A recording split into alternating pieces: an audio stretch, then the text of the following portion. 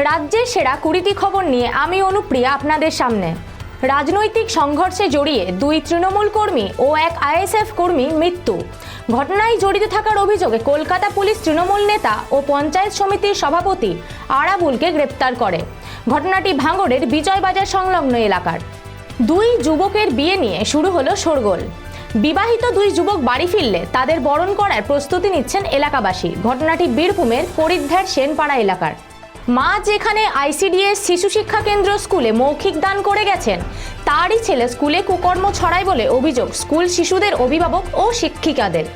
এই বিষয়ে অভিযুক্ত গোকুল চন্দ্র বলেন, সম্পূর্ণ মিথ্যে ফাঁসানো হচ্ছে তাকে। ঘটনাটি পূর্ব বর্ধমান জেলার নাকুড়িপাড়া এলাকার। শুক্রবার সকালে বিমানে দিল্লির উদ্দেশ্যে রওনা দিতে গিয়ে কলকাতা বিমানবন্দরে সাংবাদিকদের মুখোমুখি বিজেপি সাংসদ দিলীপ ঘোষ। গ্রাম পঞ্চায়েতের পদ্মপুকুর কাঠের পুলের বেহাল দশা নিয়ে বিক্ষোভ গ্রামবাসী ও ছাত্রছাত্রীদের। গ্রামবাসীদের অভিযোগ, একাধিকবার বিক্ষোভ দেখানোর পরও কোনো হেলদোল নেই প্রশাসনের। হাওড়ায় রূপনারায়ণ নদে নৌকাডুবি ও নিখোঁজ 5 জন। নিখোঁজদের সন্ধানে এলাকার তল্লাশি চালাচ্ছে পুলিশ। ঘটনাটি দাসপুর থানার ধুমকোমরায় এবং হাওড়ার বাগবাগান থানার চিতনান এলাকার।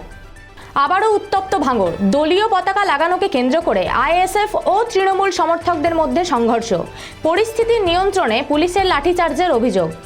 চা বাগানের শ্রমিকদের শুধুমাত্র পাট্টা নয়, জমির মালিকানা দিতে হবে, এই নিয়ে প্রস্তাব ভারতীয় জনতা পার্টির।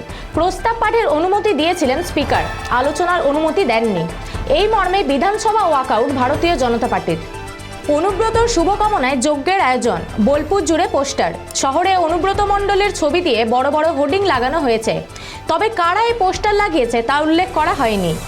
সন্দেশখালীর সিপিএমের প্রাক্তন বিধায়ক নিরাপদ সর্দার সহ 111 জনের বিরুদ্ধে থানায় লিখিত অভিযোগ দায়ের করেছে উত্তর 24 পরগনা জেলা পরিষদ।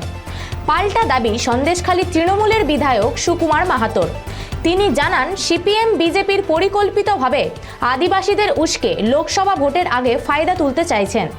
আরাবুল ইসলামের গ্রেপ্তারের পরই উত্তপ্ত হয়ে উঠল ভাঙড়। স্থানীয় একটি বিদ্যালয়ের মাধ্যমিক পরীক্ষা কেন্দ্রের পাশ থেকে উদ্ধার হলো তাজা বোমা। সোনার দোকানে দুঃসাহসিক চুরির ঘটনায় চাঞ্চল্য। প্রায় 60 লক্ষ টাকার গহনা চুরির অভিযোগ। ঘটনা মুর্শিদাবাদ ভরতপুর থানার ঢিলচড়া সংলগ্ন এলাকায়। মিটিং নিয়ে আলোচনা করার ভান করে ডেকে নিয়ে গিয়ে পুলিশ গ্রেপ্তার করে আরাবুলকে বলে অভিযোগ করলেন আরাবুলের পুত্র হাকিমুল ইসলাম। চুরি হয়ে যাওয়া মোবাইল ফোন উদ্ধার করে মালিকদের ফেরত দিল বারুইপুর থানার পুলিশ। বারুইপুরে এসডিপিও অদীপ বিশ্বাস মোবাইল ফোনগুলি মালিকদের হাতে তুলে দেয়। ফোন ফেরত পেয়ে খুশি সকলে। শহীদ মাতঙ্গিনী ব্লকের অন্তর্গত ধলহারা গ্রাম পঞ্চায়েতের খোসখানা শ্মশানভূমি হতে বামনাড়া জোড়া স্লুইস পর্যন্ত ঢালাই রাস্তার শুভ উদ্বোধন করলেন পূর্ব মেদিনীপুর জেলা পরিষদের সভাপতি তথা পটাশপুর বিধানসভার বিধায়ক উত্তম বারিক। স্বরূপ দত্ত সুমোটো কমপ্লেনের অভিযোগ। 3000 লোকেদের নামে অভিযোগ করা হয়েছিল।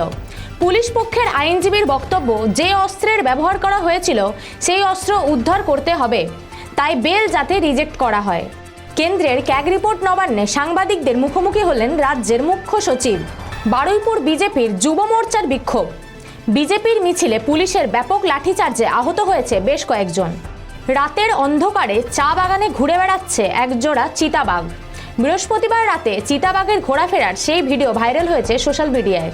ঘটনাটি ডুয়ার্সের মেটেলি ব্লক সংলগ্ন এলাকায়।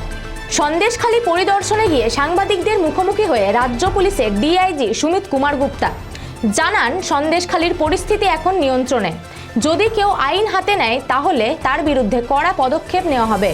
রাজ্যের সেরা 20টি খবর এখনকার মতো এ পর্যন্তই। পরবর্তী খবরের জন্য চোখ রাখুন খবর বাংলার স্ক্রিনে। খবর বাংলা, খবরের খবরদারি।